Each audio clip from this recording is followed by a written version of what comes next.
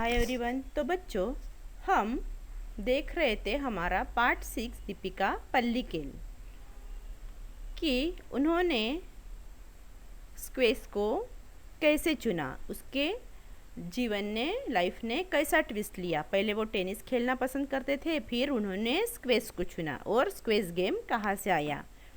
और फिर हमने देखा कि वो अपने स्क्वैश गेम को और भी निखरने के लिए वो कहाँ चली गई थी, मिस चली गई थी।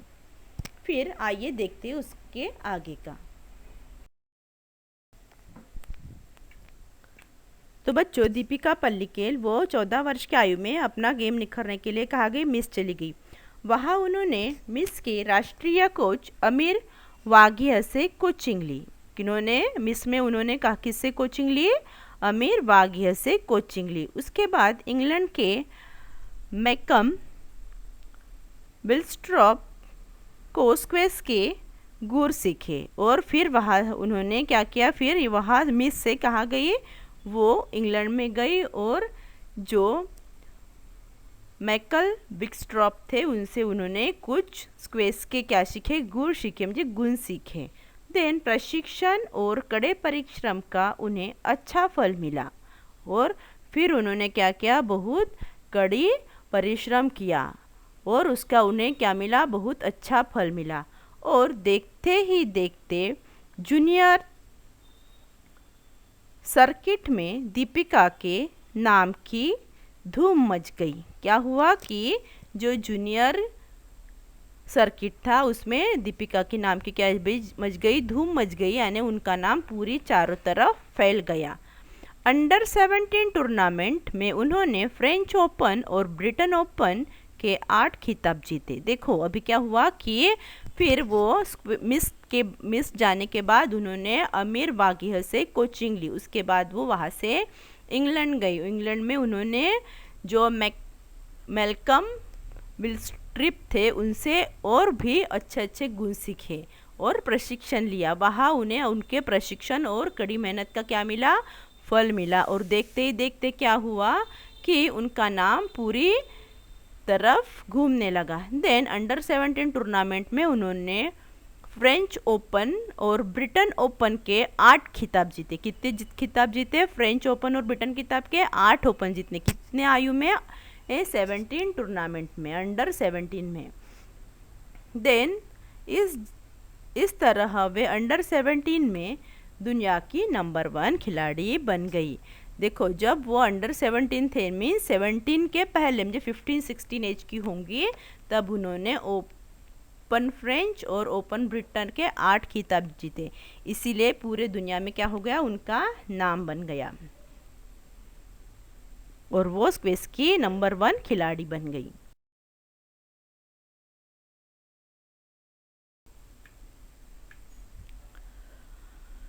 टू 2006 में उन्होंने व्यावसायिक रूप में स्क्वैश खेलना शुरू किया, पर बड़े स्तर पर उन्हें सफलता 2011 में मिली। देखो उन्होंने व्यावसायिक स्तर मीन्स जो अपने क्रिकेटर्स वगैरह होते हैं ना, व्यावसायिक में जो वो देश के लिए खेलते हैं, उन्होंने कब चालू किया देश के लिए खेलना, 2006 में चालू किया। और लेकिन उनको 2011 में उनको सफलता प्राप्त हुई, यानी नाम मिला, जब उन्होंने अमेरिका के कैलिफोर्निया में आयोजित ऑरेंज काउंटी ओपन में जीत हासिल की। देखो अभी उनको 2011 में कब सफलता प्राप्त हुई, जब उन्होंने अमेरिका के कैलिफोर्निया में आयोजित ऑरेंज काउंटी ओपन में जीत हासिल की, यानी वो 2011 में अमेरिका के कैलिफोर्निया में वो जीत गई। देन 2020 उसके लिए सबसे अच्छा साल रहा। इस साल वे अपनी नई कोच साराह फिट्जगेराल्ड के साथ नई ऊंचाई को छूने में सफल हुई। अभी क्या हुआ कि सन 2012 उसके लिए सबसे अच्छा साल रहा। क्यों? क्योंकि इस साल वे अपनी नई कोच साराह फिट्जगेराल्ड के साथ उन्होंने नई ऊंचाइयां छूने लगी, उन्होंने नई नई सफलताएं प्राप्त की। देन वह टूर्नामेंट ऑफ चैंपियन में विजेता रही। उसके बाद वो क्या रही? टूर्नामेंट ऑफ चैंपियन में विजेता रही। उसके अलावा वे ऑस्ट्रेलियन ओपन के सेमीफाइनल में भी पहुंच गई, और जो ऑस्ट्रेलिया में ओपन सेमीफाइनल हुआ उसमें भी वो सेमीफाइनल में पहुंच गई।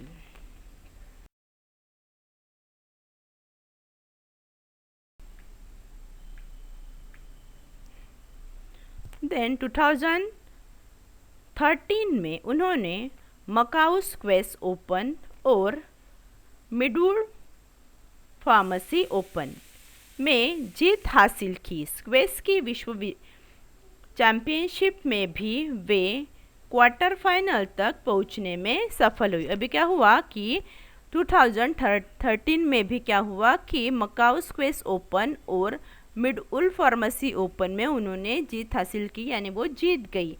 देन स्क्वैश की वो विश्व चैंपियनशिप में भी क्या हुआ, क्वार्टर फाइनल में वो पहुंच गई। देन इसी का नतीजा था कि वे अपने करियर की सर्वश्रेष्ठ 10वीं रैंक तक पहुंच गई। जब उन्होंने 2013 में विश्व चैंपियनशिप में क्वार्टर फाइनल में पहले 10 में आ गई, यानी वो क्वार्टर फाइनल में पहुंच गई, इसी वजह से वो पूरे देश में महिला टीम से स्क्वैश में क्या बन गई, सर्वश्रेष्ठ 10वीं रैंक में पहुंच गई। और 2012 में उन्हें अर्जुन पुरस्कार तथा 2014 में पद्मश्री सम्मानित किया गया। और देखो क्या हुआ कि 2012 में उन्हें अर्जुन पुरस्कार दिया गया और 14 में उन्हें पद्मश्री पुरस्कार से सम्मानित किया गया था। और उन्हें पढ़ना बहुत पसंद था। उन्हें क्या था, पढ़ाई का बहुत पसंद था, उन्हें बुक्स रीड करना बहुत अच्छा लगा।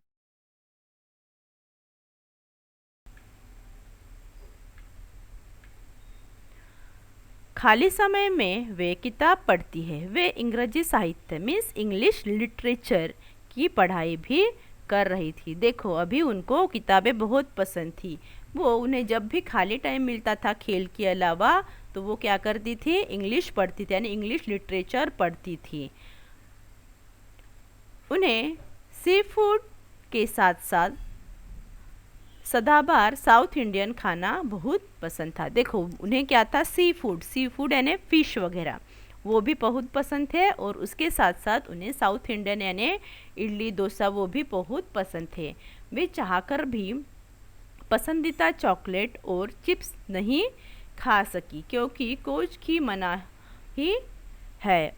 उनको चॉकलेट्स और चिप्स भी क्या थे, बहुत पसंद थे, लेकिन वो कभी चॉकलेट और चिप्स उन्होंने खाए नहीं, क्योंकि क्या थे, कोच उन्हें मनाही करते थे, क्योंकि वो क्या है, जंक फूड है और उससे हमारे क्या होते हैं, कैलोरीज बर्न होते हैं। और अगर कोई भी प्लेयर कैलोरीज बर्न करेगा तो वो अच्छी तरह से खेल सकेगा क्या, नहीं। इसीलिए वो चॉकलेट और चिप्स कभी नहीं खाए। दीपिका को तेलुगु फिल्म में हीरोइन बनने का भी प्रस्ताव मिल चुका था। अभी देखो उनको क्या हुआ था कि जो तेलुगु फिल्म थी उसमें भी उनको हीरोइन बनने की प्रस्ताव यानी ऑफर आई थी, पर उनके पहली पसंद स्क्वैश थी। लेकिन उनकी पहली पसंद क्या थी, स्क्वैश थी। इसीलिए उन्होंने क्या किया, वे इसके अलावा किसी और क्षेत्र में झोंकना भी नहीं चाहती। इसी तो क्या हुआ, वो सिर्फ स्क्वैश ही उसका पसंदीदा गेम था। वो अपना पूरा करियर स्क्वैश में ही बिताना चाहती थी कि स्क्वैश गेम खेल कर ही। इसीलिए उन्होंने वो जो तेलुगु फिल्म की हीरोइन बनने का उनको प्रस्ताव आया था, ऑफर आया था, वो उन्होंने नहीं किया और पूरा फोकस अपना स्क्वैश गेम पर लगा दिया। तो बच्चों, यदि आपको खिलाड़ी बनने का अवसर मिला तो आप कौन सा खेल खेलना चाहेंगे? और यदि दीपिका पल्लिकल की जगह आप होते तो आप क्या करते, स्क्वैश गेम खेलते या तेलुगु फिल्म में हीरोइन का रोल प्ले करते? तो देखो इस पार्ट से हमें क्या मिलती है कि हमें क्या करना चाहिए, पूरा अच्छी तरह से परिश्रम करते रहना चाहिए। और परिश्रम हम करते जाएंगे तो हमें एक ना एक दिन क्या मिलेगी, सफलता ज़रूर मिलेगी।